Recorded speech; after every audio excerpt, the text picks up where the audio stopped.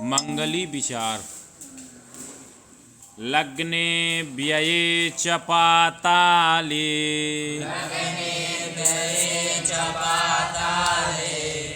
जामित्रे चाष्टमे कुजे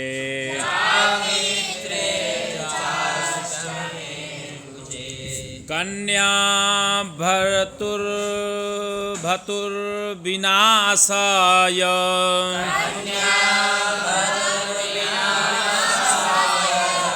भर्ता पत्नी विनाशकृ।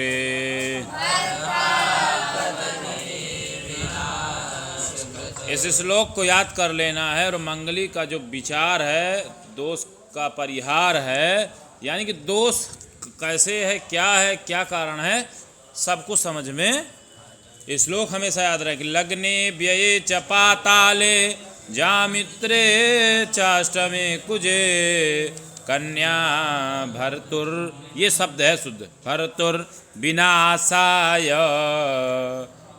भर्ता पत्नी विनाशकृ। भर्तुर हो सकता है, कुछ अपना अर्थ करना है, उसके आगे अभी समझ में भी आ जाएगा। कहते हैं कि जिसके लग्न में 12, 8, 4, 7, 12, 7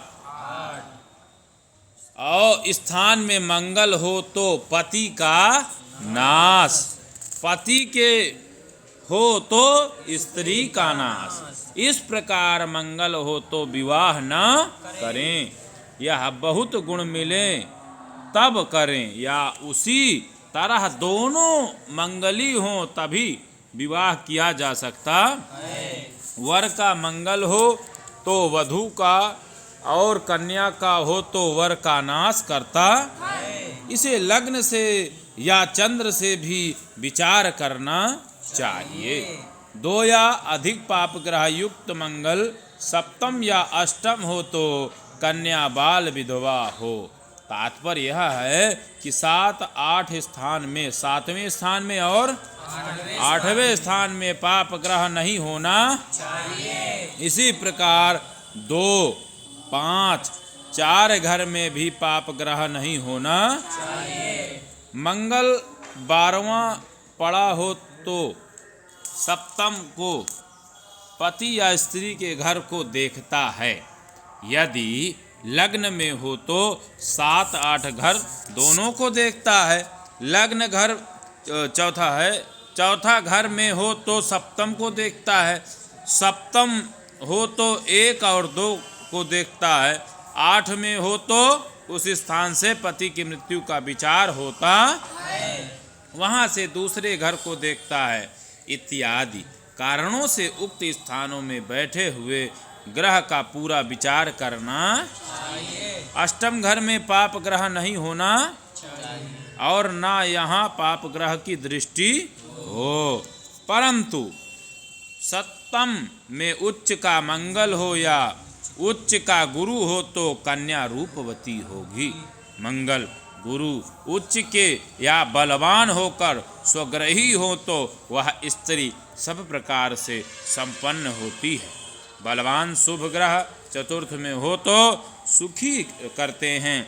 जिस स्थान में मंगल के पड़ने से मांगलिक होती है, वहाँ मंगल पूर्ण बली हो या पाप ग्रहों के साथ पड़ा हो, या पाप दृष्टि हो, या पाप राशि में क्रूर या नवमांश में हो तो उस कुंडली का या दूसरी कुंडली बराबर का होना, अन्यथा जिस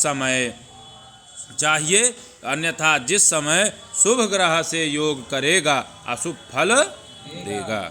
यदि मंगल अस्तांशगत शुद्ध या शुभ ग्रहों से पूर्ण दृष्टि हो और लग्नेश सप्तमेश एवं चंद्र पूर्ण बली हो तथा उक्त अपवाद प्राप्त होंगे तो विवाह करने में कोई हानि नहीं है। जिस प्रकार मंगल का विचार किया जाता है उसी प्रकार शनि राहु आदि पाप ग्रहों का भी विचार करना चाहिए। वर की कुंडली में शुक्र पाप ग्रह के साथ हों तो कन्या अशुभ है। मंगल दोष का देखो यहाँ परिहार भी लिखना है। मंगल दोष का परिहार, मंगल दोष का परिहार जिसके जन्म लग्न से, जिसके जन्म लग्न, जन्म लग्न समझते हो ना, जन्म लग्न, जन्म लग्न का मतलब जिस लग्न में जन्म हो उस समय लिखा रहता है, वो सब पूरा मिल जाएगा, चार्ट में भी समझा दिया जाएगा। जिस जन्म लग्न में जन्म लग्न से, जन्म लग्न से, जैसे जन्म लग्न है मेष, वृष, मिथुन, 12 राशियों कोई भी हो सकती है लग्न, तो उससे 1, 5, 7, 8, 12 स्थान में शनि हो तो, जन्म लग्न से 1, 7, 5, 8, 12 स्थान में शनि हो तो मंगल का दोष नहीं मानना। अब समझ गए कि नहीं समझ गए? अभी नहीं समझिए, अभी कैसे समझ जाओगे? अभी पूरी बात समझाना है ना मुझे।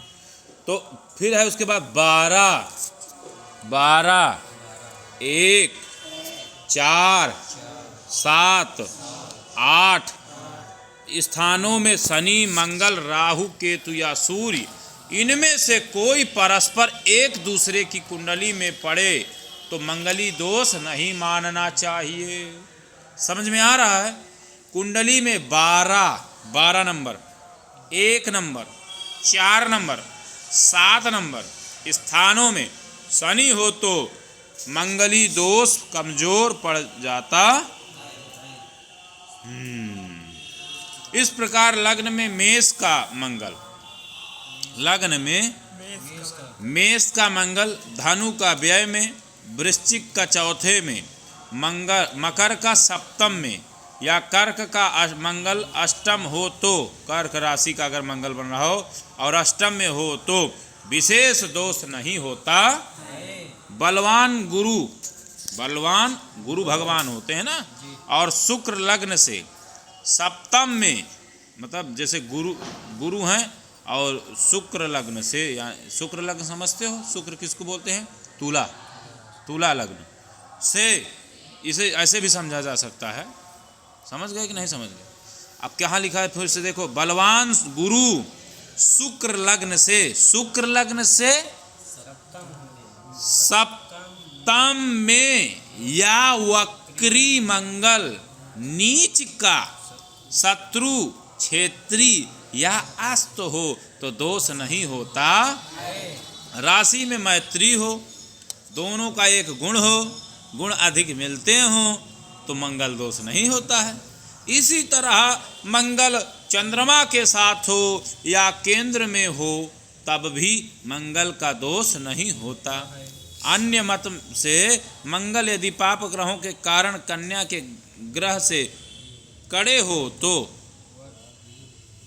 वर दीर्घायु होता है। कन्या की जन्म कुंडली में सप्तम में, विशेषकर अष्टम में पाप ग्रह नहीं होना चाहिए। द्वितीय में शुभ ग्रह होना चाहिए।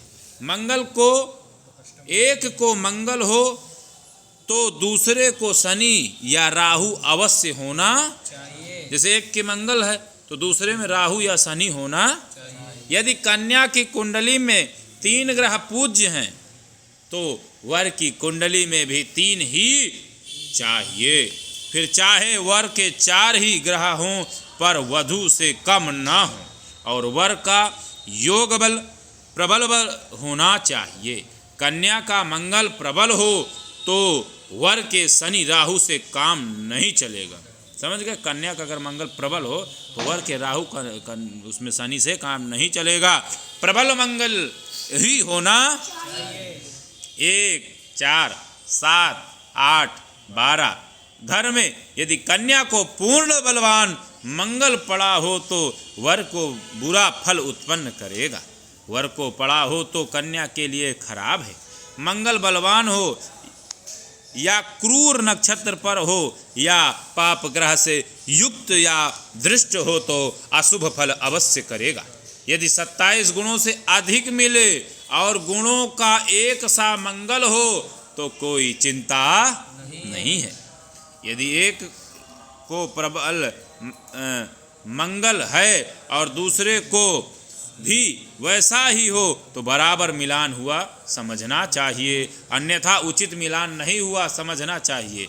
अन्य मत है कि एक को मंगली योग और दूसरे को प्रबल शनि योग कारक हो तो काम चल जाएगा। अन्य मत है कि सप्तमेश जहाँ हो वहाँ से, अब ध्यान देना एक बहुत बड़ी पॉइंट मिल रही है, सप्तमेश यानी कि सप्तम भाव का स्वामी जो, क्या सप्तमेश समझ गए? जैसे मान लो सिंह राशि है सप्तम में, तो सप्तमेश का स्वामी कौन हुआ? सूर्य हुआ। बहुत अच्छी चीज है। जहां हो वहां से 1, 4, 7, 8, 12वें स्थान का मंगल हो तो अनिष्ट कारक होने का भय है। लग्न से चंद्र से सप्तमेश से मंगल का विचार करते, लग्न से चंद्र से सप्तमेश से मंगल का विचार करते, आशय यह है कि जितने भी पाप ग्रह हों उनकी स्थिति पर विचार का बलाबल तौल कर देखना चाहिए और यह भी देखना कि मंगल या उसकी जोड़ी का दूसरा पाप ग्रह किस स्थान में है, वैसा ही जब दूसरे की कुंडली में मिले तो बराबर मिली कहना चाहिए। समझ में आ गया? तो यह था मंगली प्रकरण का बिल्कुल सबसे सुंदर परिहार कि मंगली दोष का परिहार क्या है, कैसे है, किस प्रकार है, इसका महत्व समझना चाहिए। ठीक है।